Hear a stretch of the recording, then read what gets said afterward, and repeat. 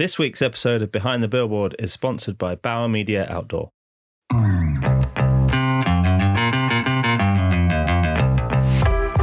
Hey! Hey, Daniel. Hey! Feeling energetic? Feeling mega. Good. Mega, but not MAGA. I think not MAGA.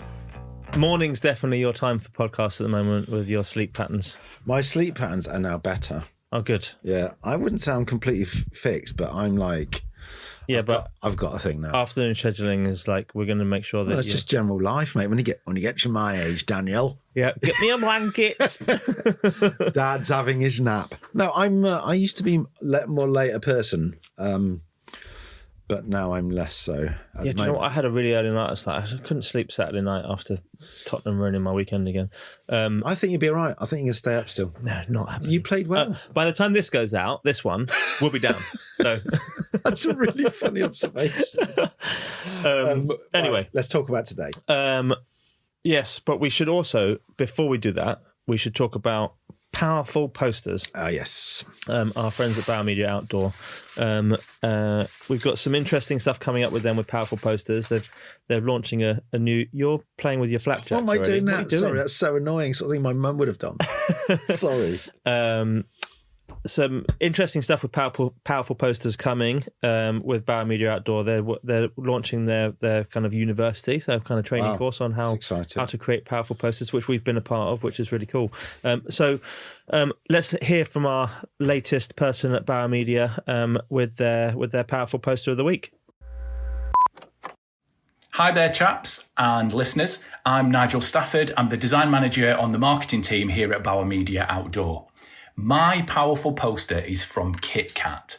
They've done something really smart here. They've leaned into their most recognisable asset, the logo, and they've let that do the heavy lifting. It's just a huge logo, sometimes not even all of the logo. There's no big reinvention, no forced message. It's just doubling down on a recognisable brand. And honestly, in my opinion, that's the point. When you've got a distinctive asset that strong, you don't need to overthink it. What I really like is these subtle motion moments where these little playful illustrations appear in the logo. They're all tied to this idea of taking a break. It doesn't shout it. It just gently refreshes something that people already know and like. And I like Kit Kats. So I'll see you later. I'm going to get one.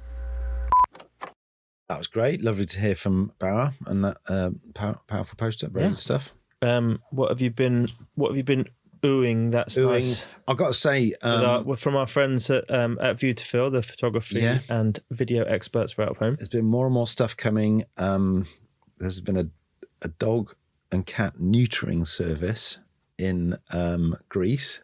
Brilliant. that appeared towards the end of the social post because it was, if you like furry testicles, yes. Yeah. If not, put it at the end.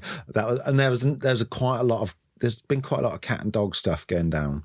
There's a lovely campaign for Spotify. Do you think it's just of the moment, like the big iconic stuff, like the big, logo cropping that's had its day? Now we're on cats and dogs bollocks. Weird. Yeah. Maybe do like a billboard special, a bollock billboard special. No, but joking aside, there is a lot of cat and dog stuff on billboards. It's quite big. There's the one, I don't know if we've talked about it, the airport one. Have you seen that? No. Where it's the carrot. You know when you get your suitcase, it comes out. It's coming out of a cat's arse. I'm not kidding you. And there's one with a dog's arse, and it's all about fleas or something. Right. Okay. Anyway, good bit of media there. Oh, that's nice. Oh, that's a bit pongy, that one. But no, there's a very sweet campaign for Jeep. They got a nature photographer. Only made possible with quiet Jeep. Sweet idea. Yeah, and then really they got a photographer who is a proper nature photographer. Yeah. That was really good. And he got a free Jeep, which is amazing. Yeah. Yeah, well, I did. There's something for Spotify, very sweet, where you interrupt. So it's got someone with a tear on their face, but it's interrupted because there's ads. Yeah. And there's someone with the hairs on the back of their arm. And again, there's a section taken out. It's all about, if you buy Spotify Premium, you don't have the ads, so you don't interrupt your favourite riff. Stuff like that. There's just so much good stuff at the moment. People send in. There's one last one interesting. It's for Amstel. Yeah. Where they're trying to get actual genuine moments of people laughing, having a beer, rather than it being an ad land. It's quite a hard brief, and it's called the Unsolicited photo. So they took all these photos of people without asking them, and obviously asked them afterwards. Yeah. It's quite clever, a way to do it, rather than, propping it and getting someone to do a fake smile. So kudos to agencies in Amsterdam who did that. Cool. So who have you got for us today? I haven't actually read your notes, so I don't. It's what we I know. Sorry, it was a busy weekend. I know you did the booking. You turns, like you're doing like Bill Up's guy, I'm doing this guy. We're just. I haven't actually read anything. Okay, why don't I start guest. And then you just. Why don't we try and work? Why don't you play the game of explain what he's done, and I'll try and guess who he is, because I know he's a he. Because you said he. His name is James Millers. Oh, is it James Millers? I didn't understand the question. It's James Millers. So James and Andrew. Leo's James. Yeah. So we've been trying to get them on for ages, as you know. Yeah.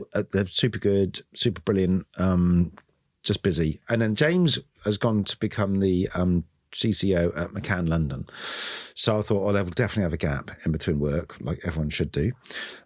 So he's coming, and brilliant. We're going to find out all about not just McDonald's amazing amount of work, but other stuff he's done. I'm expecting him to have like some killer tan, because he's been off work almost as long as I have. Or a brilliant garden. But I sense maybe not. He did say something to me the other night about making cupboards.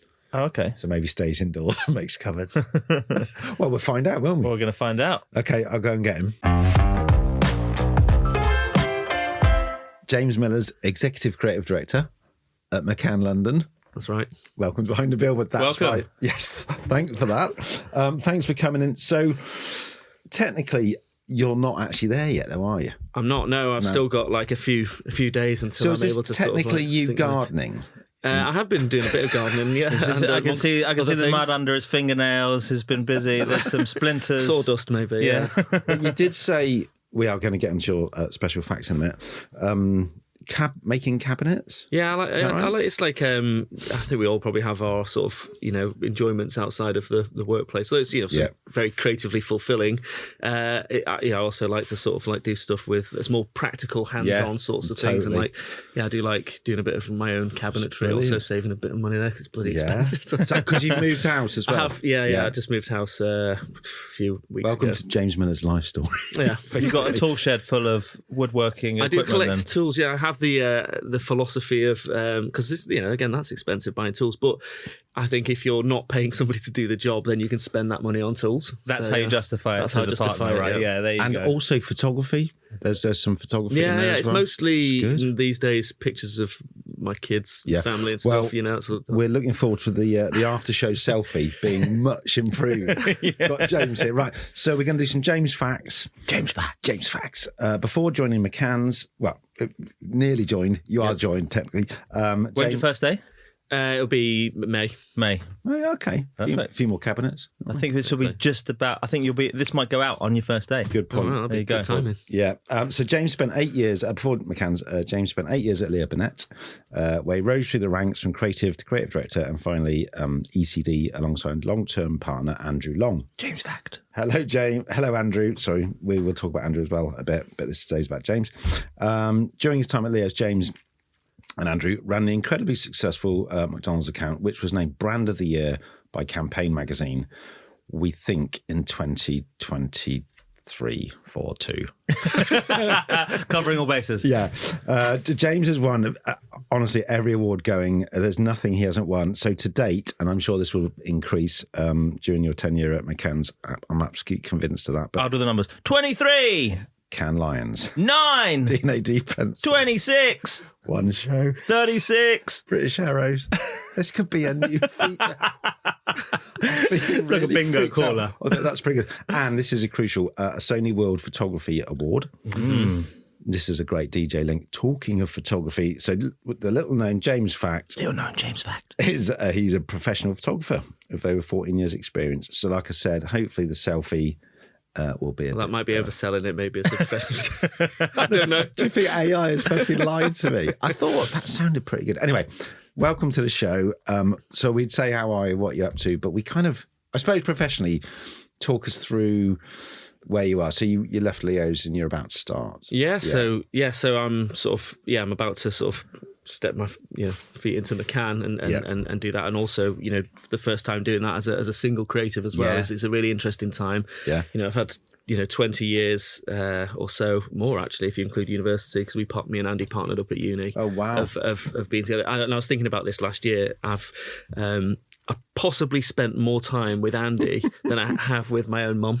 If you not just your wife, your mum. No. Well, exactly. The wife's that's way further down the list. Yeah, like kids way further down. Like I'm thinking, the first 18 years of your life when you're sort of living at home. Yeah. Or the first 10 years when that's obviously more intense with your parents and stuff. You're always by. You're in the school day. You're out. Is it? Yeah. No, I think if sitting next to somebody for up to 6-7 days a week, some weeks for beyond 8 hours a day for 20 years is a you seem very well on it. You've done incredibly well. Like the time at Leo's was it's amazing. We're going to talk about it in a minute, but you must feel very proud of that.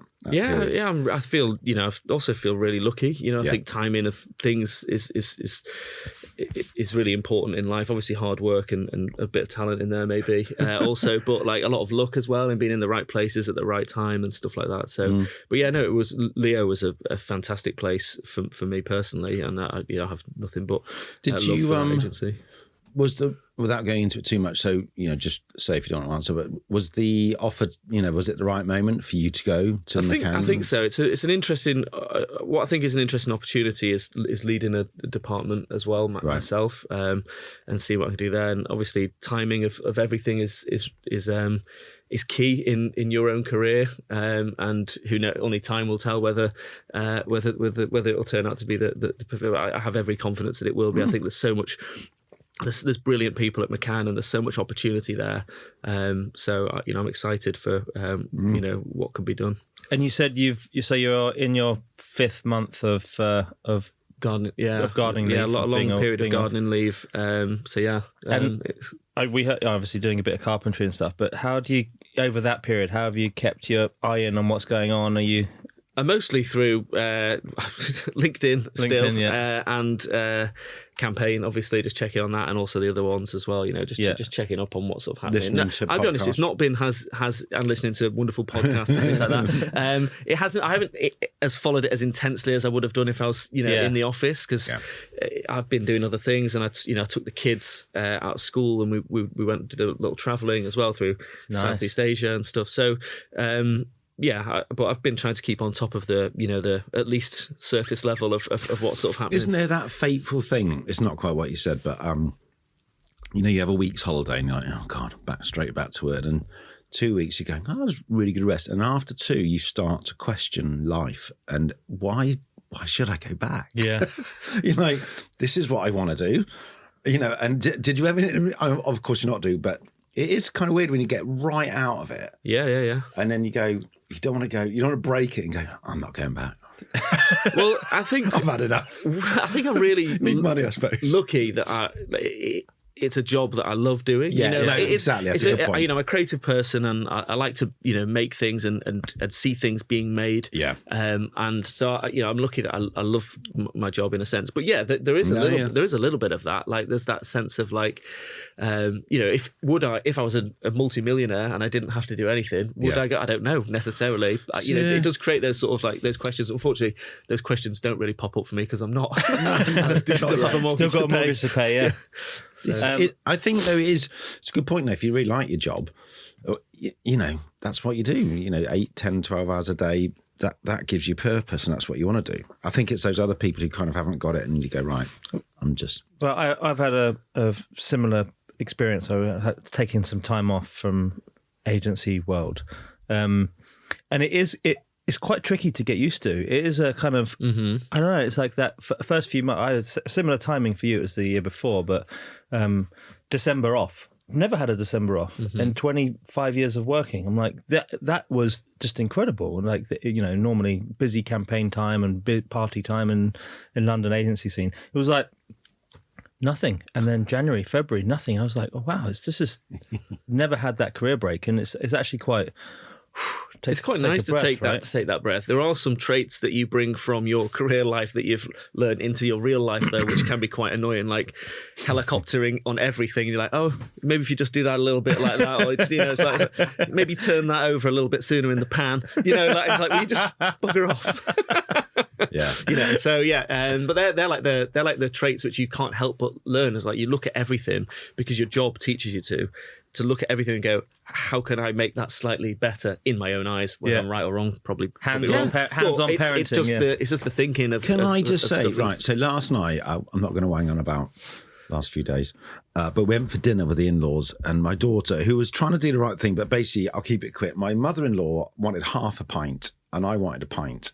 So, but they gave her a pint glass, and they poured the thing, and it just looked shit. And I said, no, let's get half because it looks silly. And everyone's going, no, it's fine. I'm going, no, but it's not because it looks stupid. I think because you're going, it's just not right. No, she's got a fucking pint, and it's like oh my God. How do you judge a half as well? The glass goes, well, what's the exactly. Is it the small half, the big? Then half? I said, just get us a Coke glass, and Dorothy goes, a Coke glass isn't exactly a half, Dad. And I'm like, just. Fuck. Did you lose your shit? Yeah, and then she's going, why are you being so fucking weird? And like you're going, why don't you go back to university? I love her dearly. Sorry, Dorothy, if you're listening. But that thing, it doesn't sort of leave you, where you look at a Skechers poster. It's actually not a poster, is it? It's someone's printed the brief with Jamie Redknapp. But it's so bad you don't know where to start. But you're still there going, how do those shit ads still get through? Or why? Mm-hmm. Justin Tyndall put something up the other day. It was appalling, this piece of work. And I just sort of it's just cringing thing. How do you get to 2026 and there's still so much shit work out there? And anyway. Yeah. I think there's more than there is good. Yeah. Still. And there always has been, to be fair. I suppose it's good because if it was all good, though, we wouldn't have this lovely section called the billboard at the end of my street. And sometimes we get a doozy and sometimes we get an absolute piece of trash. So what have we got today? We got two, haven't we? We've got two. I don't know if this counts as a billboard at the end of the street, but it is. It's the classic Guinness line painted on. Framed up, posted up on the side of the pub, which is literally on the end of my street. This is Skians in southeast London, and it's a great pub, by the way, if anyone's around there. They've got "Lovely Day for a Guinness" poster up on the side of that, and it's actually well maintained, I'd say, because it's a classic line. And they're still sort of using that now, in different forms. So the billboard at the end of my street is sponsored by Super Optimal, which is design intelligence for out of home. So people can use it to upload creative, and it will give a kind of an effectiveness score based on locations and places, which is quite interesting. How do you think it would score? I think that would probably do pretty well. It's pretty on a lovely day, which it was when I shot that. You can see that's a real blue sky. Yeah, that has not been stripped in afterwards. Yes, no, I think it'd do well. I think media placement strong. Media placement very strong. Pub. Yes. Okay, but we're going to go to our Irish second pub one as well. So, pub. Okay. This one says, "Good with money." Someone's doing their teeth. Starling. Yes. No, I don't like. This is genuine. This is the next closest. I think because it's a conservation area nearby. There's not many adverts, so this is the closest one. This is near Brockley Station, and there's 3 ads. So it's a roadside 48. At kind of pedestrian height. Yeah, it's one of the global sites done big there, copy. Yeah. Nicely shot image that goes alongside it. I think it's obviously more like trying to sort of like lean into it culturally, maybe with the sort of the tone of the overall thing. But it's so simple, but there's not much of like the bit for the I don't like to dig out like other people's work or anything like that, but there's not that much to fill in, I don't think, unless I'm drastically missing something. It says "Good with money," and it's got a lady brushing her teeth whilst on her phone. I think it's part of a massive campaign and a series, and I think unfortunately when this stuff happens, in isolation you go head scratchy moment. Where am I filling in the blanks here? Where are we getting to? And then because I've seen quite a few of these actually on LinkedIn as well. When you piece them together, I can see there's a story here. And I think one of the things that Out of Home is good at is something that the media people call cover and frequency. Yes. So you can go, we're going to cover it everywhere, and the frequency of seeing it over a 2-week or a 4-week or a 6-week period is going to help people tell that story. Yes. Sometimes when you only see one in isolation, it doesn't land as well. Probably not the perfect audience right now, the fact that I'm not commuting daily. Yeah. It's probably, there could be like a story that goes alongside this that's targeted. There'll definitely be a campaign film alongside it. But I think you're right, because it has... it has all the tropes of a good poster. 3 words, headline, nice shot. Quite realistic, logo, nothing else. So you're going, yeah, they've done all, that's all really good. The trouble is there's not enough there for me to go, like you're saying, if they go, oh, look, just run the line, just stick it on outdoor. Yeah. And it's not quite enough really. But I mean, it's better than a lot, but it's still, I prefer the Guinness. On the flip side of it, I'll see if I can just pull this up quickly. That poster that's just to the right of it was actually, that was the one I was contemplating putting in as well. Because it's really... It's an absolute mess, but there is like a clear concept in there, quite a cheesy one probably, but it says big changes are underfoot, and it has a guy who's digging a road, and that's for like Thames Water or something like that. See what they've done there. But so that's like on the opposite side of it. This is clean and beautifully shot, and the other one's a bit of a mess, but it has got a concept of some sort. Yeah, I think this goes a little bit to Frankie's thing, Frankie Goodwin the other week, regardless whether it's good or bad. There's not too much noise on this, which I really like. This is, footballers talk about it, don't they? Arsenal, too much noise. And from a finance company, this is a bank, right? This is like it's not your normal bank ad, is it? It's not. No, you're right. It doesn't give you APRs and No, but I think like Starling is a bank which is appealing through like a lot through their tonality, and appealing to a certain type of audience. And I think on that front, it probably does some of that work. Like I said, like it's nicely shot and it feels sort of like modern and youthful in that respect. Yeah. The tone of it, basically. Actually, yeah. Right. So obviously, over the last 5 months, you've been making cabinets and seeing less outdoor. But what's your version of the state of the market creatively? I think it's as good as it's ever been. I think obviously many years post COVID. I don't know when that was, I think people are back to work. Community, the amount of days that people are going back into work is obviously increasing as well. It's seemingly and I think that there's obviously more demand for out of home to be brilliant in that sense as well. But I don't know. Like I see, there's sort of there's always been two different sides to out of home. We were sort of touching on this earlier. There's always like the harder working sort of out of home things, which can be placed well or badly, depending on if they're high dwell time or not, kind of thing. But then there's obviously the fantastic stuff that you see floating around LinkedIn as well, which is I think as good as it's There's still a lot of them under that bridge, aren't there? Yeah, but you know what I think is that I think lots of the PR departments, agencies are working hard to show this in real life. Yeah, you don't see them posting up their latest banner ads.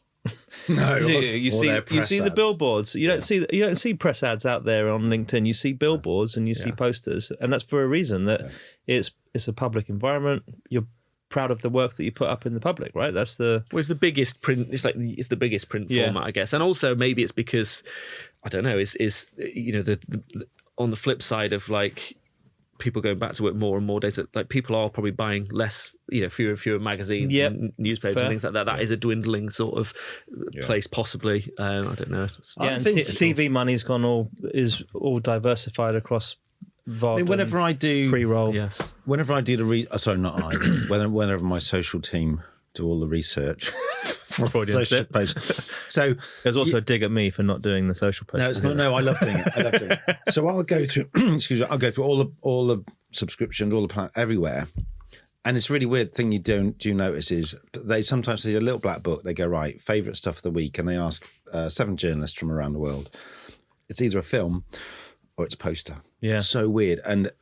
I'm sort of really buoyed by that because you kind of go, film's really sexy. There's no denying. But I think the two, both of them are the glamour formats for any creative team wanting to get something out there, right? Yeah, and it's and it's same on campaign a bit, and creative review, and they do lots of other things. They go, here's a really great content idea. Here's like a short kind of Netflix type series in 2 minutes, but.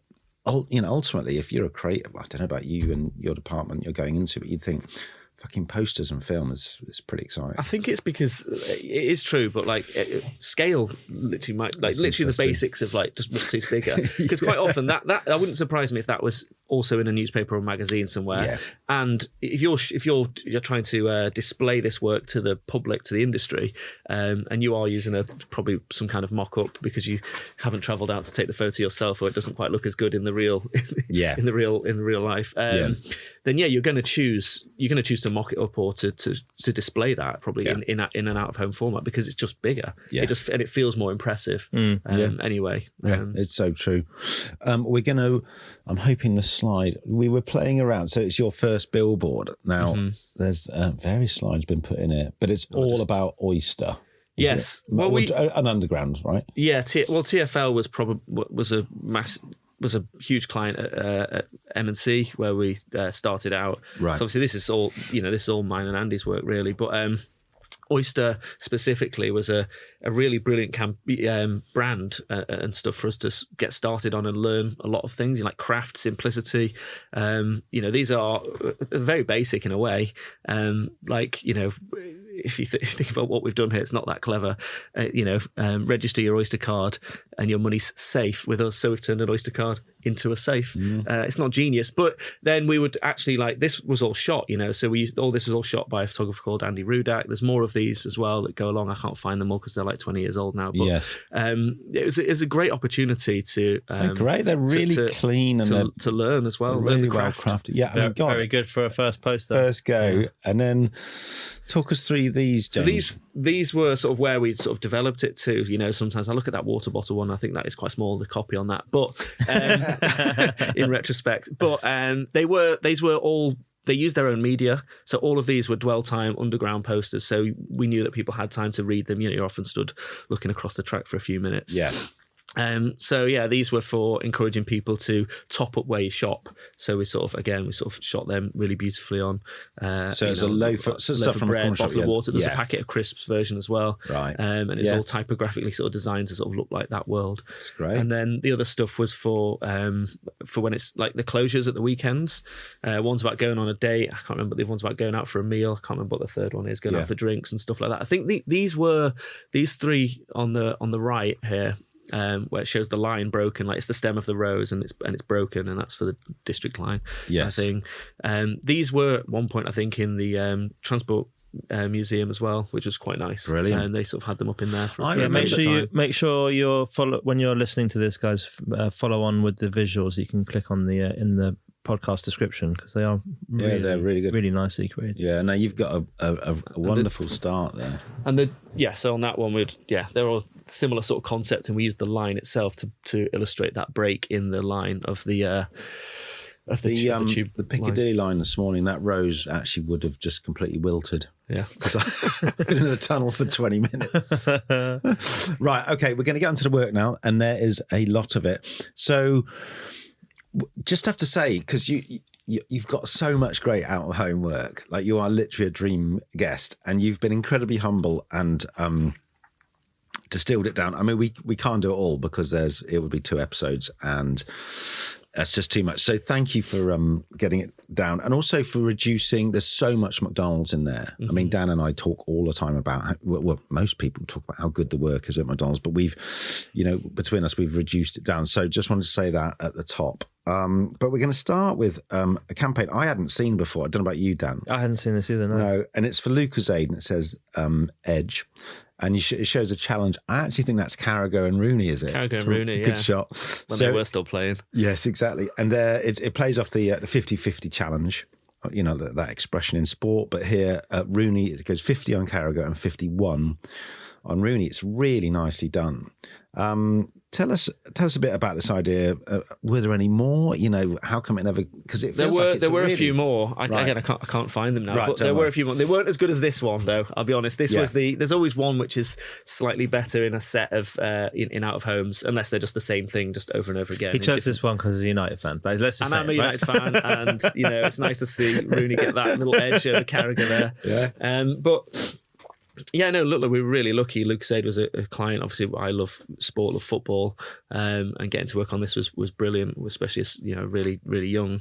And what you know, taking popular phrases from like football and just giving it that little twist, that what is the edge, you know, of a 50-50, you know, 50-51. It wasn't, we talked about probably at the time, I think I remember sort of talking about things like, should it be 49? Should it be 49-51?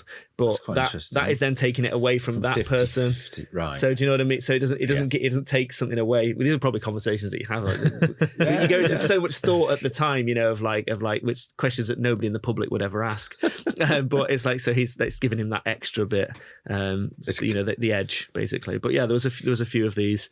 What? And so did the other ones have 50-51? No, they were other lines. Okay. I can't actually remember them. When Andy comes on, he'll probably remember exactly. Andy, what they were. Please note that. I do remember the one was Gerrard skipping over someone's legs, and we only had the usage for like certain people that they sort of had their sponsored, I think, and yeah. this was obviously this was a stock shot that we had to use as well to sort of bring things to life at the time. But that one we had to sort of, I think one of our friend's legs was used instead of somebody else's because we didn't have permission to use the other person in it, but it was Gerrard skipping over someone's legs, who I think still works at BBH now, actually. Right. The mystery leg person. That's a really really nice time. So that's at M&C, is that what you're saying? This is all a lot of this first stuff was at M&C Saatchi. It was like there was fewer things then. Like this was, you know, around the dawn of like Facebook and things like that. So like the internet wasn't what it is now. There wasn't the social, you know, we didn't do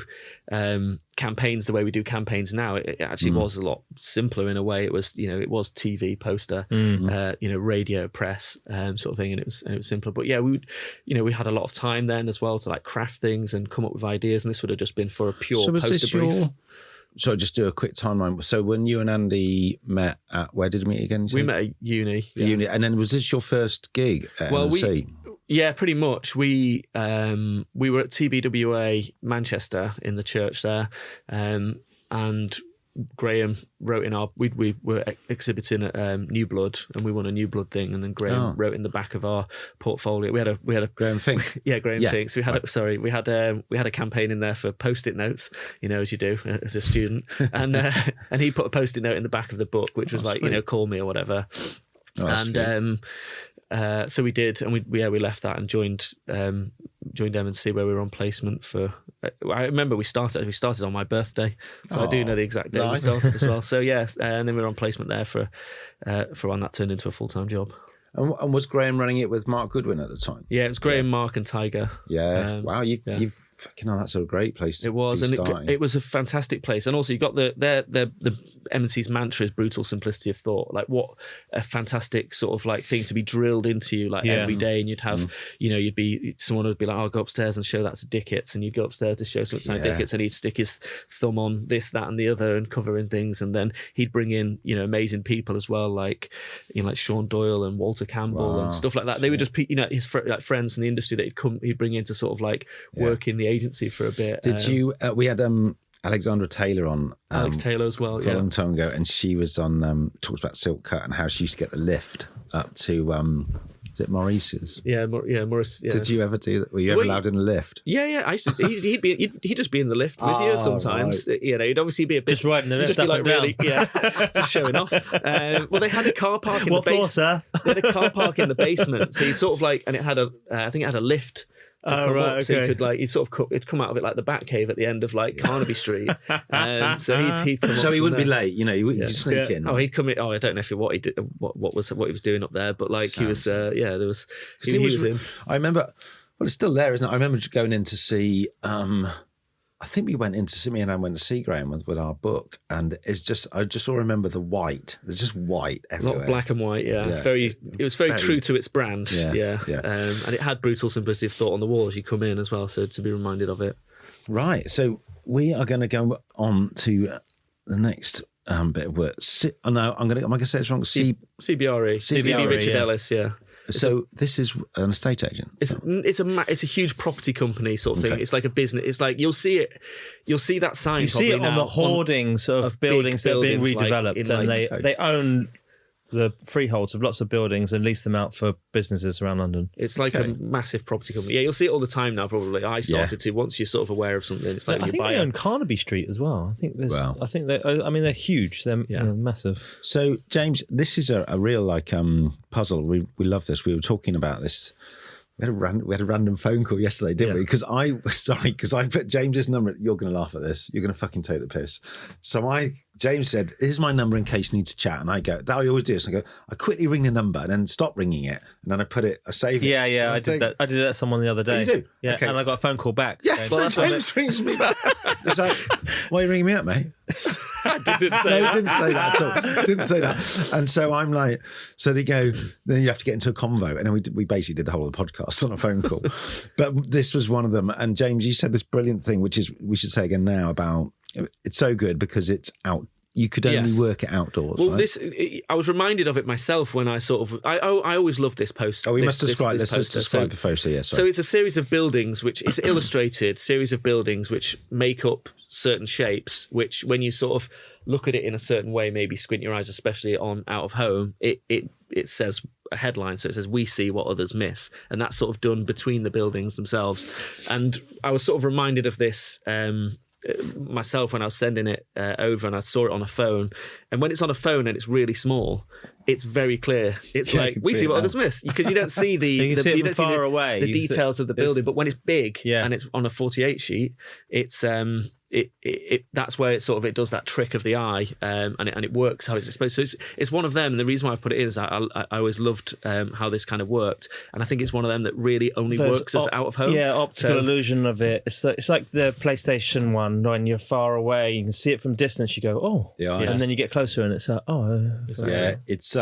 it's really nice. So was that a client at M&C as well? That was a client at M&C. Yeah, it's quite sort of quite niche, but in a way, it's like you say, it really works well for the out of home and for houses. And you got the houses in the shot. It's I've never seen it before. Did it win awards and stuff? I don't know if how well we submitted it, to be honest, or hyped it up on LinkedIn, which we wouldn't have done back then. But I don't know. No, it didn't, to be honest. I think it was in like Lurtz's archive, possibly, or something like that. You know, those kinds of things. But no, it didn't. It didn't win. Was it illustrated? I always loved. Yeah, it was illustrated. So it was illustrated in the art department. Or no, we had. Come in? Forgive me, I can't remember the name of the illustrator, but we had it. I'm pretty sure we again, like, you know, my memory's not always the best, but the best is this was like, you know, 15, 20 years ago. So. It is one of the things that we really like on the show. Is one of our kind of, I don't know, brand beliefs about the best posters are the ones that can only really work outdoors. You know, like the sundial or things like that, where you go, that couldn't work anywhere else. Yeah. And I think this is one of those where you go, you know, that I think that's what we always think is a truly great piece of outdoor. I've just seen what you've written here and down here on this. Which is our well-known only works expression. Out of home. I think that'll take off, yeah. Well, when I did my presentation... We're going to have the woo of the week now. Is that what you're aiming for? When I did the Pringles presentation, which you couldn't do, I ended up saying "awooah," and I got an equally shit response. So we've tested the segment twice now, and it's gone down like a lead. Keep going. There might be another one. But do you know, what's that joke? Is it if dad jokes? The more you say it, the funnier it gets, right? So it's like just keep going, just keep saying. But there's that thing I spotted this morning. The World Out of Home. What out of home? Yeah, we're going to be there in a few weeks. They're called Woo. They're called the Woo. Yeah. So come on. Yeah. We might be able to go. So we can go. Oh Woo. Only works out of home. We're in. We've got we could do segment. Oh Woo at the Woo. Right. Sound like Bashnu. Yeah. Woo, woo. No. Right. Okay. We move on. Right. Can we move on to some Surfers Against Sewage? Yeah. So are you a surfer? I am not a surfer. I have tried it. It's bloody hard, I'll tell you that. It's really hard. Really hard. Are you a surfer? No, I've tried it as well, and I end up eating a lot of seawater. It's not pleasant. No. But this so this is a campaign called Surfers Against Sewage, which I do remember actually. I remember because there's been a few campaigns on this. Yes. And this is M&C again? This is M&C again, yeah. And how was this you and Andrew being proactive, or was it a legit account? No, I think it was a legit account. Somebody knew the guy who was running Surfers Against Sewage, a guy called Hugo Taghome, and Tom Taghome's brother, actually, the director. And he was, he was basically the client in Surfers Against Sewage, and it's a brilliant cause, which is it's this. obviously it's done through surfing as a sort of like a vehicle, but ultimately it's a lot of it is about like the cleanliness of water. It's for any beachgoers as well. I use their website all the time. It's fantastic when we're down on the south coast. Well, it tells you when it's good, the when outlets it's bad. Are sending out shit into the water. Yeah, it's horrible. Avoid this beach because it's got a brown flag up. Whatever. How did you? So we this was we had like, what if it's all about like the surfing dying if that was the sort of our thinking behind it, if the waves are not going to be coming, and there's other things as well, like the positions of like wave breakers and stuff like that the government put in and damaging sort of like the the whole sort of way like the sand builds up and all that sort of stuff. But it's basically all about the surfing as a concept sort of dying through poor water and whatnot. And we obviously surfboards look a little bit like gravestones. So we went down and shot this. I think we did it in like Canberra Sands, and I went down with a photographer myself, and we were trying to like do this. They're not a huge charity, obviously, Surfers Against Sewage, and they've got small budgets, so you're trying to make things happen. And I was literally on the beach with a shovel trying to dig holes for while the tide's out or in. The tide was out. But I tell you what, trying to dig wet sand with it's weird. It just fills back up instantly. It's so hard. So you have to dig it quicker and then we had to chop the boards in half. So they're not fully buried. They're just chopped in. They're only buried about this deep. And then we figured this out on the day and then prop them up from behind, basically. So you can't quite see. So they're sort of... Wait a minute. So there's you and Andrew. Yeah. And the photographer whose name is... Spencer Murphy, yeah. Did you have any crew then? There was like his assistant, I think. But he's got to be assisting. And there was about four of them. Yeah, there was like four. Spencer was digging holes.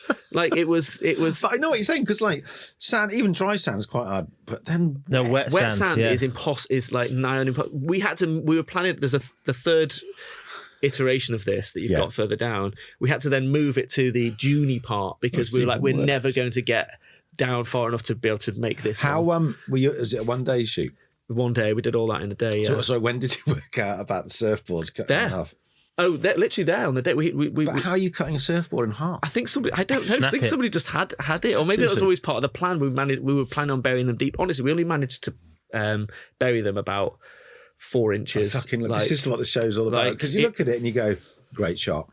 Isn't it? Yeah. And it was like, it suited the British greyness that you get often. I can't remember what time of year it was shot, but it's probably shot. But you didn't do all of them. No, there was a few composited as well in the background, because there was a lot there. We did all the foreground ones. There was just the background ones, and what we did was we would move it around and then stand it and take the still of that. Because we didn't have that amount of half boards. Again, the budget wouldn't allow it. That's great. But and then that won a Sony World Photography Award as well. Oh, really? So that's like for me personally as well. Like that's that's a fantastic achievement. I think there's certain things, like there's some work I've got at the end again here in terms of like not mine, and it's been like displayed in like the it's in the V&A and stuff like that. And I think for me, like that's as good as like it's brilliant winning like Lions and stuff like that as well. Obviously, I love that stuff. But to win a Sony World Photography Award, it was for the first one. I love it. I love the craft and the energy. Like, if you're believing in something, particularly if there's if it's a charity and there's no money, you're not going to stand there saying, "Oh, well, it doesn't work. Let's go back home." No, but I think we were all like very industrious around making great work happen. I think you still have to be honest. Like, and still happen. If you believe in the work, you go out and help make it happen. You can't come away. Oh, I'm not going to also. The agency liked the work. The creative directors liked the work. I can't really rock back up and go, couldn't do it. Yeah, sorry, the budget wasn't there. Like, no, if you believe in it, you should go after it. And if that means standing there with a shovel on Canberra Sands Beach, then you got to do it, right? Yeah. Right. That was that's fascinating. So British Heart Foundation is next, and we've talked a lot about British Heart Foundation, haven't we? I mean, because Frankie was on the other day talking about 2 brilliant campaigns, the benches and the murals. I mean, it's always a good account to work on. I remember when I was at Mullen, they had it. This campaign is when you least expect it. Yes, when you least expect. So this was, obviously a really, it was obviously playing to that idea, well, the truth that obviously these things can happen when you're not expecting. There's a lot of health conditions which you can sort of see coming. I think unfortunately there's a the ones which you can't, and you could be doing any of your everyday normal things. And that was the sort of idea that we played into. And the concept here was, I know you talked before about that ad being a series of ads, which were not. This was like, we tried to do so many everywhere, and we tried to do as many like bespoke options of this as possible. So much so that actually, I know this is not out of home, but I think it's worth mentioning. We did a live ad writing session in the Sun. So what we did was we went to the Sun, and we were in there overnight. And when the copy was coming in, what we were doing is we were writing press ads right there in contextual press ads based on what was happening around in the newspaper. So it'd be like, obviously we had to pick like stories which were sort of frivolous, let's say, but we were like, in the same way as this stuff is referencing like where the people are and what they're doing, whether it's reading a tube cross-track platform or a tube card panel or whatever it would be, that stuff as well was referencing like what was happening on page 3 opposite it. As well. I don't know, a cat stuck up a tree. Maybe so there's a cat stuck up a tree. You're just page 3 in the Sun's slightly different now as well. It wasn't on page 2. This one opposite that. Was it you and Andrew's idea to go, right, just talk about what here and now? Is it a strategic thing from a planner? Because it's quite. I think because all the media is high dwell time. It's like in a train, tube, but it's really made for me to consume. It's high dwell time. Media, and it would only work with high dwell time. So media. Were media that was the idea, in the building sort of with you a bit on that? No, I can't fully remember. It's a shame that I think those formats lend themselves to the idea as well, don't they? Where you've got people stood around being able to read. As far as I'm pretty sure, I'm quite confident that like it was the idea which led the media. Yeah, that's great. Which is the way I think obviously it should be. But the idea obviously was to sort of play into that fact that you sort of almost taking somebody on like a little sort of story with where they are and what they're doing. And I used to commute every single day on the tube. I not always have a motorbike as well, but nowadays. But like. It was you do that. You stand there on the platform and you read. It's like reading the back of a It's nice. It's very one of them says, so you're standing in the exact same spot as every other day. You're definitely not going to not read that. Because it's talking to you like art directionally. It's like what we're going to hook. So we hook people in, and then we'll go into a little bit of a story about that, and then bring in this like when you least expect it, that's when it can happen. All of a sudden. It's really. I sort of wrote the word quietly powerful.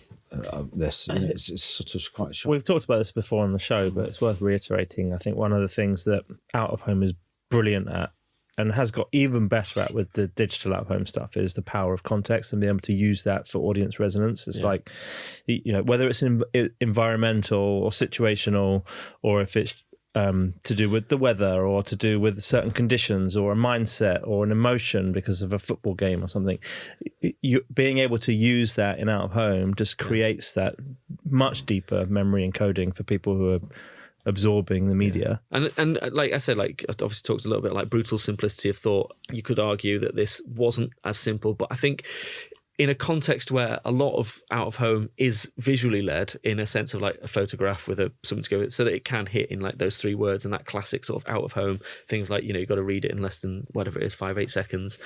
We intentionally wanted to make, I think this did stand out, in that sea of like cross tracks and things like that at the time. Like it's just a big massive block of copy, and that was simple. It was the British Heart Foundation red on off-white. But you've got your headline in there, right? Yeah. So your visual in this instance is the paragraph of text underneath it, and that's fine. And I think, with those rules that we talk about in Out of Home, they're meant to be broken. And you can't have, not all posters are going to look the same, otherwise it would be very formulaic and this show wouldn't exist, and we wouldn't be able to talk about the subjectivity that you can have when it comes to crafting something for the space. And there was craft in this as well. Was right. We're trying to fit these perfect copy blocks, and it's like lose a word, and then you have to rewrite a whole sentence to get or a paragraph or whatever. Or we need 3 more words. Were you and because I was actually going to ask this later on, but now we'll do it. Were you a team that very strict on roles, or were you a mix? And did you always work well with designers? Always worked well with designers. Like one of the things I would say we both did a bit of both, but we had responsibilities and disciplines which we sort of specialised in a little bit more. So Andy was always the copywriter, and it meant that somebody was responsible for that, and I was the art director, and I was responsible for that. But in all honesty, we'd both felt responsible for both parts as any good creative kind of would probably. Hegarty, when Sornby and Chappie turned up, Sornby and Chappie, a really good creative team, and so he said, so who's a copywriter and who's the art director? And Sornby said, we're just creatives, dude. We're just creative people, like that. And it didn't go down well. He said, someone has to be responsible for writing the words. Who am I going to shout at? Yeah. I know. And it was like, ooh. But it's true. Sorry, John. You should be able to do both. And, if your partner's ill or away or something. But there is that, without that titling, for want of a better word, then you lose that. You lose a bit of the craft because you're going, but then you don't go too far and go, you're such an art director, I don't even need to. We talked about this the other day, though. In America, it's much more commonplace to have singles working on campaigns. There's a lot of single creatives as well now. And also, if you do want to lead, become a creative director or an EC or whatever, you kind of you can't just do that and be like, I don't know about those words though. Exactly. I get it. But it's like there's a line after, you've got to. You need the responsibility of one part of it. But I think the point is, because when Adam and I were in a team, we would go and see Andy Bird or Chris Chapman, or if I was at Saatchi's, it would be Roger Kennedy, and I'd actually give away a lot of, I much more for them to help them, whereas someone like Tiger Savage, really, once she'd gone to see someone like Birdie or whatever, she'd virtually worked it out. So it was just, because she was really an art director, and they are different, I think. I think it's also, time has changed a little bit, like the purity of the discipline, probably from 20, 30, go back even further, years ago, has I think the way the democracy of information and tech and everything like that, and more formats, right? This is a time where there was TV posters, radio, and more demanded of a creative team, at any given moment. Now I can do a layout now. Oh yeah, you should see my Google Docs. Copy top left, picture, logo bottom right, done. Wireframes. I've just described what I had there. Actually, I actually. I'm not going to go into it. Are we going to talk about Photoshop? No. I'm going to say my 5G ChatGPT requests. And by the fourth one, I'm going, no, I've got it wrong again. There's that thing where you expose your Google history to see the things that you're searching for. I really want someone to just expose their ChatGPT prompts to see how it is you're getting to these mock-ups. Some of them are really make me a billboard made of flapjacks. Easy, right? And then I'm going, Statue of Liberty, hold the billboard logo. And then it's she's got a pair of headphones on and she's got a handbag. I'm like, what the fuck are you doing? Birdie wouldn't do that. Anyway, we got to move on. I really like this. Yeah, I was really proud of this campaign. Obviously, it's a fantastic cause as well. And one of the brilliant things about being a creative is you get to dive into so many different bits of subject matter. I remember when we were working on Lucozade Alert, which was all about the brain and the synapses and what effect that caffeine has on the brain. I felt like a scientist coming out the back of that. And this was another one as well, learning so much about what the British Heart Foundation does was fantastic. Do I think that's one of the reasons that lots of people stay in the creative industry and in advertising for a long time, is because you always got a new client or a new project, and you get to. It's like a refresh. It's like a new job every time. So most of us probably got an ADHD or two. Totally. You can be an expert on chewing gum, mortgages, and beer. Yeah. Oh, great. And but you go from one day having a look round a brewery to understand how the beer is made, and then the next day you're arguing over the kerning between a K and an E. You're right. It doesn't help ADHD. You know that. Well, so I was chatting to someone about the other day, and they're saying, "Oh no, it's really good. It's really good for the industry if you are a bit ADHD, which how we all get attracted to it. I think. Yeah, we thought about it. Yeah, if you keep feeding it, and then there's a point after which, well, it was Alice, wasn't it? We talked to her about it, and it's there's a point after which though it's a bit scary because you're literally going like this, Especially Yeah, it can be a bit like that. You can learn, I think, to sort of set yourself ways of doing things which have tries to prevent that sort of like, this, that, and that sort of, but yeah, definitely. We're going to talk to James McMillers now. Sorry. And your sort of incredible tenure on McDonald's. We've got three campaigns only, but they're all absolute bangers. Before we get into it, though, Dan and I were just thinking, what was it like? Running such a huge account. Was it fun, scary? Yeah, it was. I don't know if we really stopped to think about the scariness. Like, I look back, I've thought about this a lot, especially recently in moving and stuff. And we were made creative directors and put on to run the McDonald's account. And I think to become a creative director for the first time, although you're doing bits and bobs, you're maybe CD and projects and things like that beforehand, but to be put as a creative director for the first time and be put on, arguably one of the biggest clients in the country, at least nothing else in terms of like media massive spend. investor in out of home. They spend millions and millions on their posters each year. Probably a bonkers sort of show of trust from Shaka, to be honest. So either she's a bit crazy or which is probably true, she won't mind me saying, but also she's obviously maybe had just a good choice in that. So it turned out well for us in that respect. Because the one we're looking at is called Iconic Stacks, which is a brilliant execution where it just uses the generic words of something like bun, beef, gherkin, lettuce to show what a Big Mac is and a fillet of fish and etc. I mean, it looks now like, oh yeah, loads of people sort of do that stuff. But when you did it, I'd never seen anything like it. How did you get to it? Was it a kind of, do you have a scrapbook? Was it Andrew, or do you look at Pinterest? Because it's a sort of thing you go, fuck, that's cool.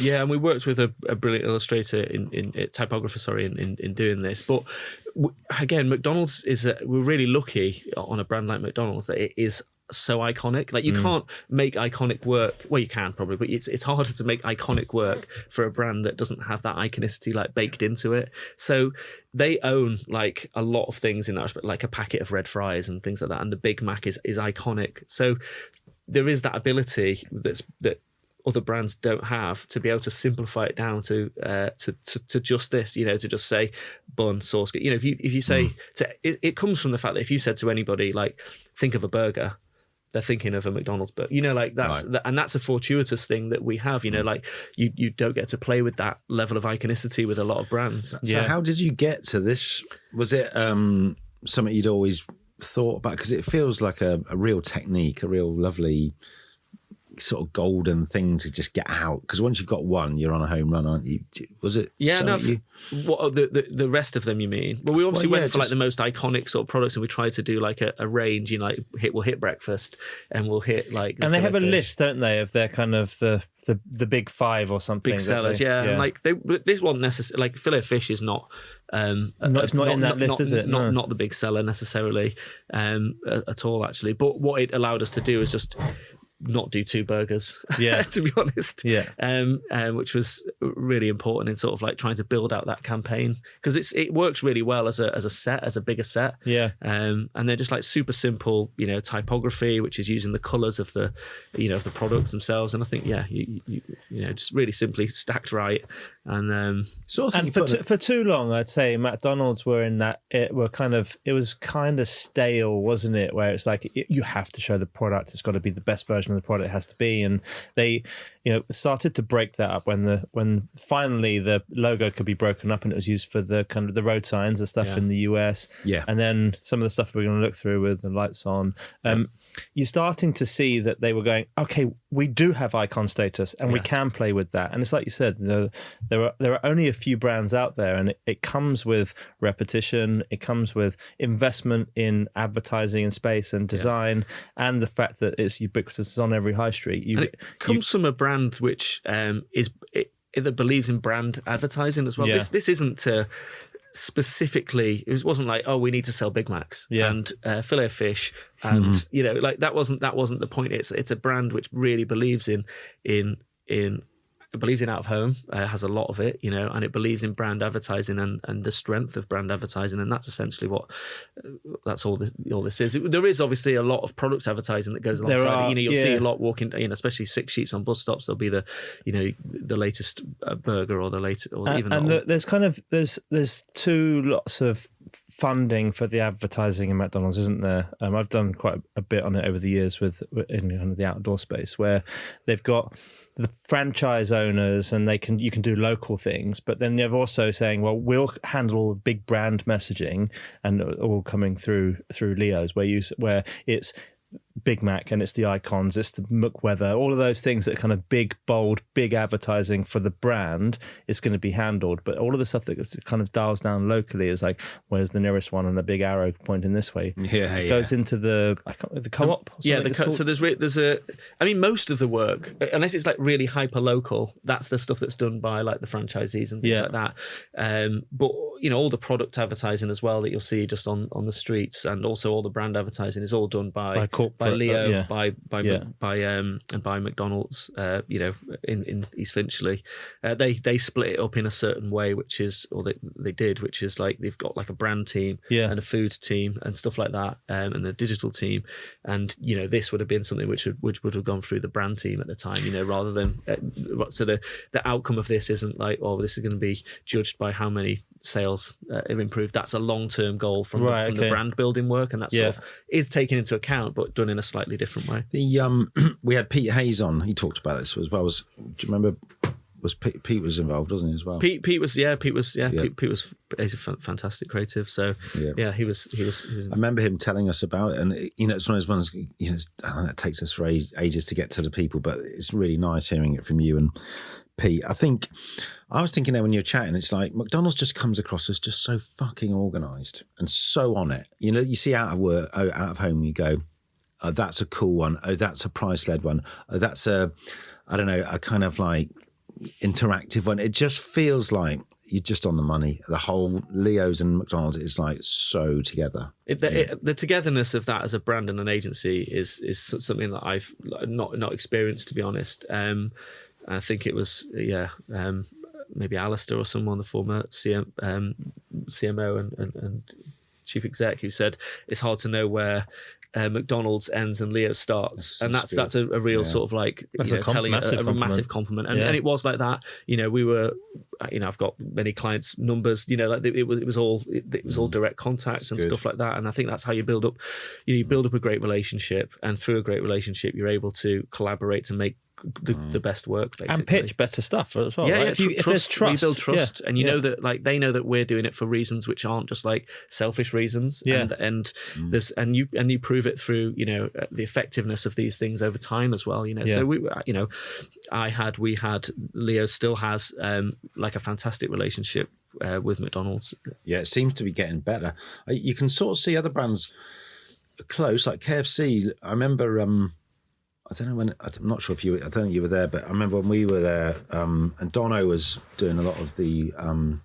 Dono's a brilliant typographer at Leo's, and he did all of it. And then after a while, the colours, the McDonald's own these sort of colours, which is sort of yellow and red and what is a bit of white and black. And then KFC started doing these posters, and everyone's going, hold on, you know, and it's kind of like flattery, but it was started to look similar, and they started to get their shit together, KFC, to the point where now Mother are, you know, fucking great. Yeah, but I think it took them a while. Because they went to BBH for a bit, they did soul food, and then they did something else, and then you're thinking, oh, it's still KFC, and now there's chicken stuff. It's mostly film, I know, but well, I think it's a lot of social as well. I think what I really like about that, what they're doing there, is they have gone for it wholeheartedly. It's like, you know, KFC has a cult following, and we're just going to lean into that wholeheartedly and go, that's it. We're going to.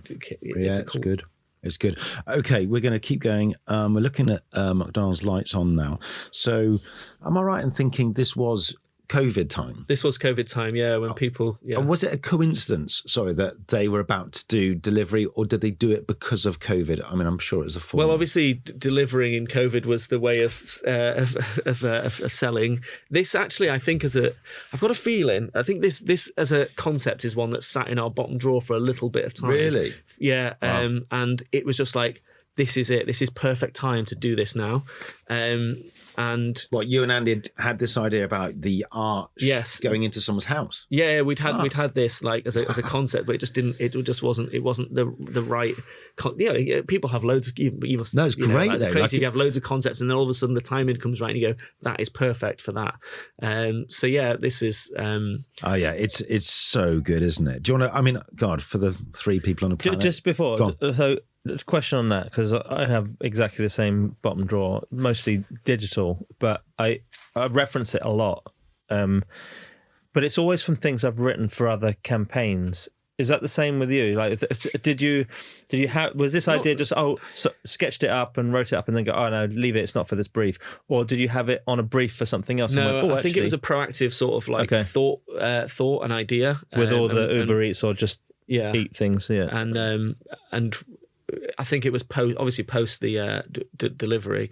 We introduced delivery like some years earlier, as a campaign. But this, this was one that just, I think we just come up with it as a proactive idea for out of home, and it wasn't quite right to do it then. And then it was. What, did you pitch it, or did you just go, oh, we're not gonna pitch it yet, and we just pitched it for this? I'm not sure we did show it, to be honest. I'm not sure we had shown the client. I'm always interested in that stuff. It's like, because sometimes you think sometimes it can be the collaboration, right, between you and the client. The client goes, "You showed me something 2 years ago. Can you go and dig that out?" Or is it we're not going to show it yet, and I think we're going to hold it back. I think we held this back. It wasn't quite right for anything specific. We are quite conscious of like not doing work for the sake of doing work. Yeah, and I think with delivery having not long since they've not been delivering for a long time. That happened in the time that I was at Leo, introducing McDonald's delivery in the UK. But yeah, this just felt like the right time, and obviously when people were more at home than ever, and they were able to finally sort of like walk the streets and things like that as well. How did you put it together? Because it's so brilliantly crafted.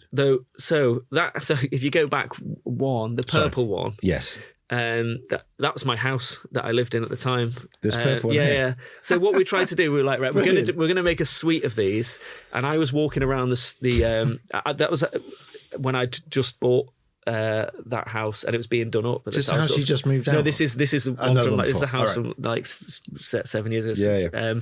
But it was being done up at the time, and I was walking around basically where I was living. And I was actually staying at my in-laws' dad's as well, whilst some work was being done. And so there's another couple in there that is a block of flats in Streatham Hill, and then we found some images, and then we when you're sort of like Google Street Maps and stuff like that. So what we wanted to do is to hit like a full range of different types of properties that people live in, whether it's the green one, which is like the sort of slightly more modern inner city. There's the orange one, which is like a building on Old Kent Road. That is one near. There's loads of them obviously around, but that was taken from a shot which is near Streatham Common. That's my house in the middle, and and the other one, I think is the one where they've got all 5 of them or not? No, there's another. The green one is green. That's the one near. It's on the corner. So Andy's house never got a look in then. His was too fancy. Yeah, this is palatial. I mean, it's really. And then what happened with the shots? Then you treated them right. We Sam Callan, who was the in-house designer, spent hours obviously not with his hand and pencil, but like on Illustrator, redrawing them all as vector graphics. And we kept it really simple palettes, all one color with different hues, really and it was like 3 hues and the yellow.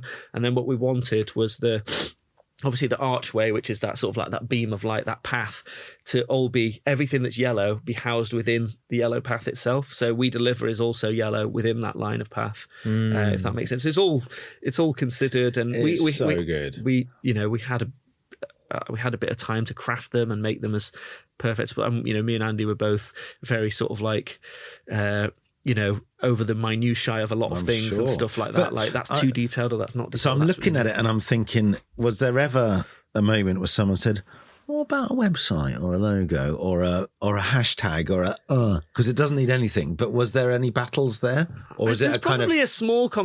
I think there was a tiny battle. I think we had the We Deliver thing a smidgen smaller, and we made it a smidgen bigger. Okay, but no more. But words. not really, to be honest, because we were using like.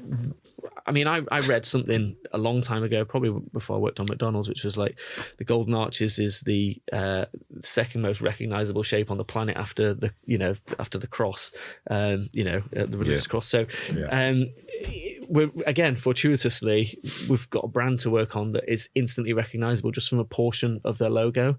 But it wasn't long ago where they wouldn't let you fuck with that, right? That's what I was alluding to earlier on, is that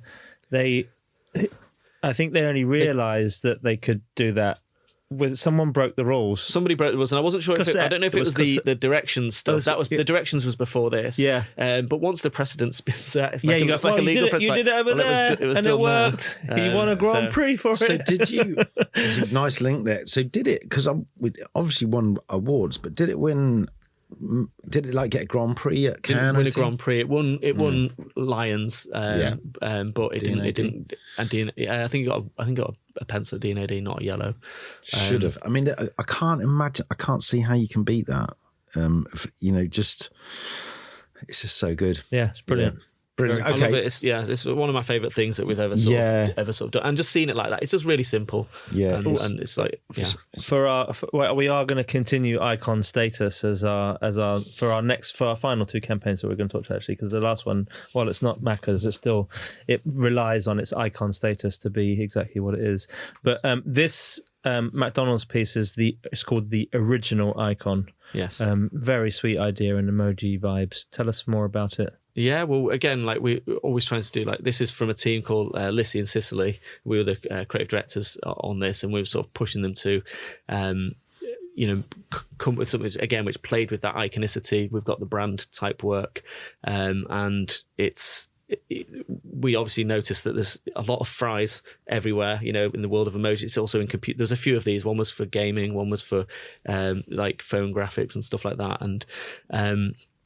And obviously the original icon, again, fortuitously, McDonald's does have those iconic brands and iconic products, is the red fries. And what a lot of the stuff is sort of based, they've used the red fries as a shorthand because of McDonald's, iconicity, basically.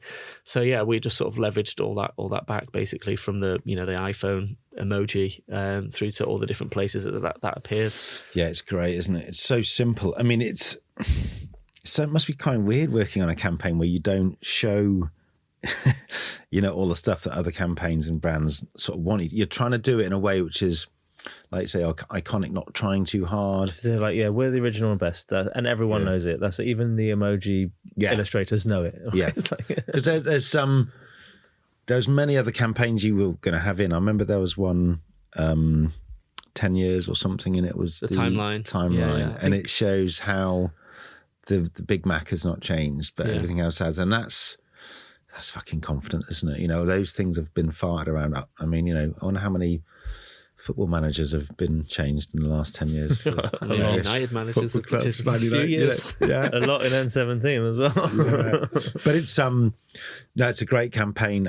It does remind me a bit of not in a bad way, but a good way, KFC, where they had a go at all the other... the KFC, LFC, PFC, all that sort of stuff. The original, Again, it's acknowledging what they were doing there, and what McDonald's is doing here is just acknowledging its status in sort of like The ketchup did one as well with AI, didn't they? AI, even AI knows ketchup has to be Heinz.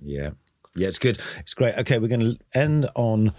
So I just want to say again, there's so much McDonald's you've done. So when we're on our socials, we'll obviously show it all, because I think for people just need to know how much work you've worked as a creative on and as a creative director and ECD. This could have been 6 parts. And because there's the iconic drip, there's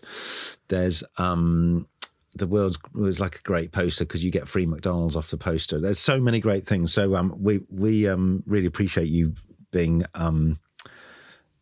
sort of economical, because quite often we have people. It's interesting with some guests. You get so much stuff you have to working it down, and other stuff you're kind of like bringing it up a bit. So thank you. Kellogg's, the OG. right? Mm-hmm. Again, like all of this stuff in here is, not all of it. Maybe some of the earlier stuff, slightly lesser. Like nobody would know a brand like CBRE that much in the corners. Yeah. But same as McDonald's, Kellogg's is a brand which everybody knows and loves. And again, it has like elements to it which are instantly recognizable. From the rooster to the literal typography of the word Kellogg's, which has fortunately hasn't changed a lot in the last forever basically in my lifetime. So yeah, I think just noticing that and leaning into this is done by Joe Miller. Right. He's an absolutely fantastic creative at Leo. You're a CD? Yeah. So, ECD, yeah. And I think it's just a brilliant bit of work. I'm interested in this because I worked on Kellogg's at Leo's, and that not knocking the previous work, but this is like nothing before in a certain way. It was like so fucking confident and out there and ballsy and attitudinal, and it just. Have they done many master brand campaigns for out of home Kellogg's? This was part of a whole sort of master brand of switch. I think it's hard for cereal brands in 2026. Really it's hard to advertise. It's hard to talk about. I think it's a section of the industry which is not doing so well. Let's say probably with people sort of like becoming more aware of things like that, sugar and whatnot. So again, for a brand to realise that it can. It can realise the power of its own iconicity as well is really fortuitous. It could have been done differently and much work. I don't know. It's just the way it's been done, sort of ballsy, but still with a real nod to the brand. It does have that sort of shades of KFC a bit, where it's just. I suppose it's weird, isn't it? You've got the cockerel there, and what do you know? You call it roost. This is the rooster. Yeah, cockerel. Yes, cockerel. Yeah. But no, it's great work. I think this one. I mean, God. That was one. Like I remember when I first saw it. Like I was like, this is like just leaning into those. I feel like I was in Cannes at the time when I first saw it. It got sent to me, and this is one of the first things that I remember thinking. Like, I'm in Cannes seeing some more award work to prove that. WhatsApp or something. Anyway, but yeah, no, like leaning into again, like there's the products. This is the stuff that I love the most in this section of out of home. It's the ability to lean into all the different like micro brands below the below Kellogg's, and go like I know what the colour of packaging is on a box of Frosties, and I know what the colour of package is on Rice Krispies and Crunchy Nut Cornflakes. Exactly, it's like the whole, and it's a in a world where you're trying to sort of like create that campaign in that sense. I thought that was brilliant actually, and then just simply showing just the bowl of cereal in the bottom right hand corner. It's fantastic. Again, you look at that from a distance, you go, "That's a supermarket shelf," and I know the colours. I know, because it's so iconic, and those colours are iconic, and the bit of the logo is iconic. It all works as a kind of. I think most people, or at least people who are at the age of shopping, the shopping age people, maybe not like younger people, would know what all of those cereals were. Yeah, 100%. Like Cocoa Pops. Do you ever play the logo game with your kids? It's like that. They hate me playing it because I'm like, that's that. Yeah. And they show you a tiny corner of a logo, and you're like, yeah, that's Citroen. Yeah. What? Yeah. It's great. Yeah, okay, I love it.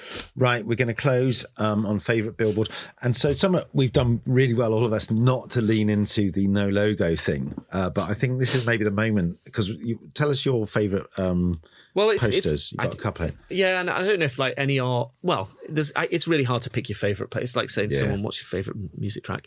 But I've picked these specifically for one is because this is one of the original sorts of no logo bits of work. And I know that's been a big conversation in the advertising industry in the past like few years. And obviously BA did the Windows stuff, and it had the cropped logo and stuff in there, not too dissimilar in context to the McDonald's stuff with the cropped logo as well. And that was all sort of brought up as a sort of conversation at that point. But obviously that whole thing had been done by brands long before, or long before that stuff. When they couldn't show the logos, when they weren't allowed, they had to find different ways. Exactly, when they had to be clever around it. And this is again, I remember this being shown to us in early days as well. And not that I didn't know it, but like we knew it from our course and getting into advertising and understanding advertising then. But also, this is in the worlds of brutal simplicity of thought. This is something which came up, at least a couple of times in our time at M&C Saatchi. So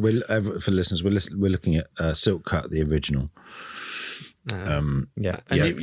Again, that they're fortunate that they're a brand which owned purple, and everybody knew Silk Cut as a name, and then all they've done is cut the silk. So when you distill it down, it sounds it sounds really obvious and really simple, but it's bold, it's confident as well, and like you said, they had to probably for reasons. It's funny you say that, because it's like that thing when you go.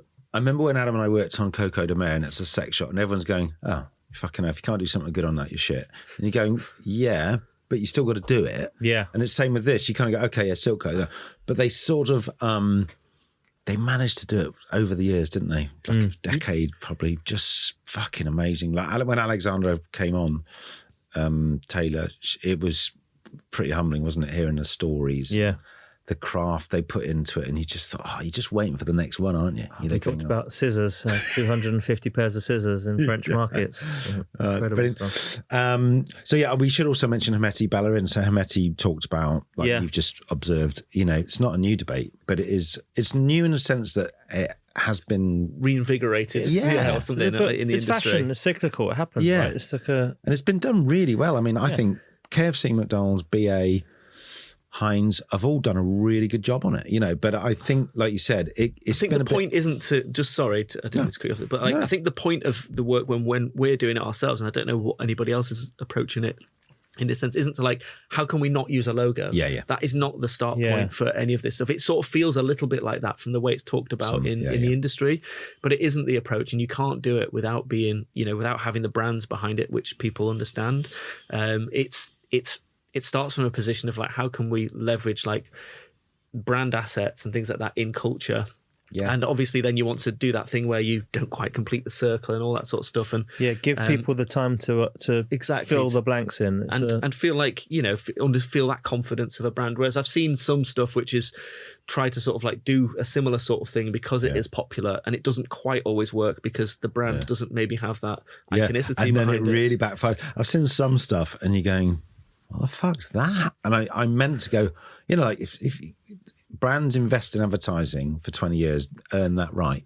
Specsavers. You're going, their line. There you go. And you're going, they get it. And then I think, like you said, the misnomer is that people are going, right, let's start by not showing too much of our logo, going, oh my God, imagine if that's your start point. That can't be a brief. The brief is it's a fashion. Can you make me an advert and don't show my logo, please? So we're going to end brilliantly on a Man United footballer. But it's not just about him, it's about a line. It's a great year for English football.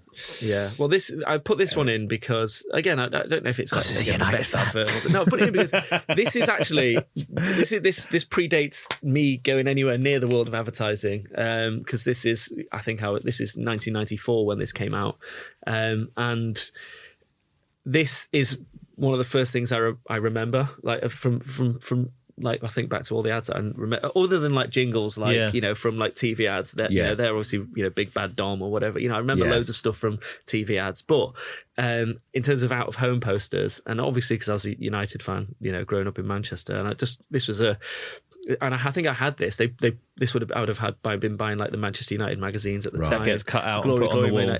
This was a centerfold. I'm pretty sure I had this on my wall at the time as well. So 66 was a great year for English football. Eric was born, and obviously it's clever as well in terms of the way it's run. And I think this is obviously been. I think this is in the V&A as well as one of those things that you can go and you can request to be seen from their catalogue of posters and stuff like that. So I just think for me personally, it's one of the first ones I remember. It's got emotion because I'm a United fan, and I think it's pretty clever as well with the way they played with the 66. Power of Context came out summer World Cup.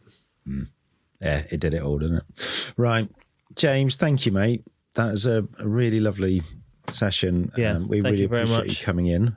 Good luck with the new job. Yeah, Thank you. I'm sure you're going to smash it, and your cupboards are going to look great as well.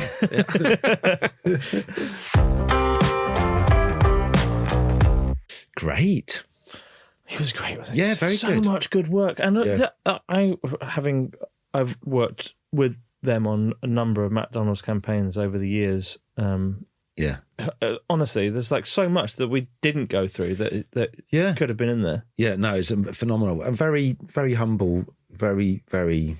Oh, he's going to have great guy. Absolute field day at McCann. Yeah, he brilliant. Is really great and great training. You know, the places he's worked. You know, Fink getting him in. That's what a start. That must have been working with.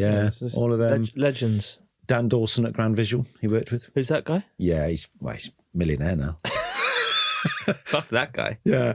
No, that was very interesting. And we definitely need to get Andrew on as well and hear his side of stuff and also probably actually cover some of the other stuff James didn't do. So, Andrew, if you're listening. It's a good opportunity for us to get the other half of the work. Yeah. Towards the autumn or winter. Yes. We could do that one.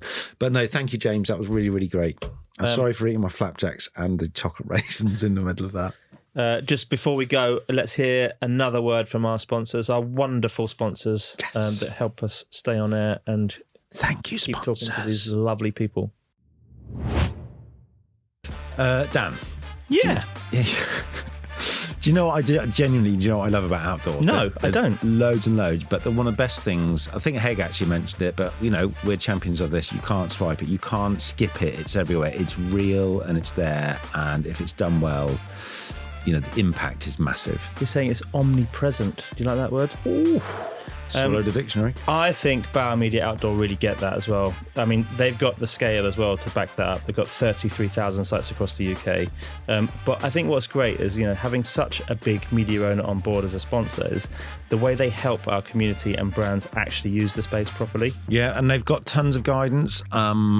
You know, how to craft great posters, making sure designs are not just seen but actually remembered, which is the absolute, you know, the most important pin. Powerful posters, if you will. Exactly. We're really lucky. This episode is brought to you by Bauer Media Outdoor. They're one of the UK's largest out-of-home media owners. The billboard at the end of my street is brought to you by Super Optimal. Design intelligence for out-of-home. Super Optimal delivers simple, machine-driven analysis and actionable insights for reviewing and improving out-of-home ad design.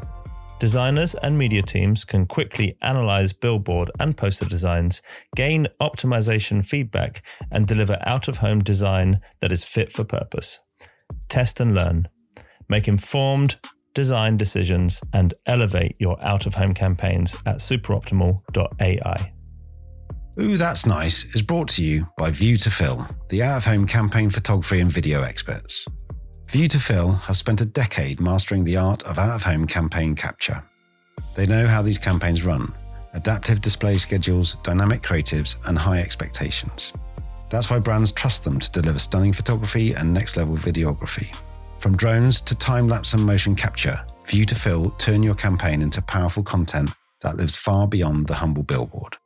Because out-of-home campaigns are not just about being seen, it's about being remembered and creating a legacy. Want to future-proof your next campaign?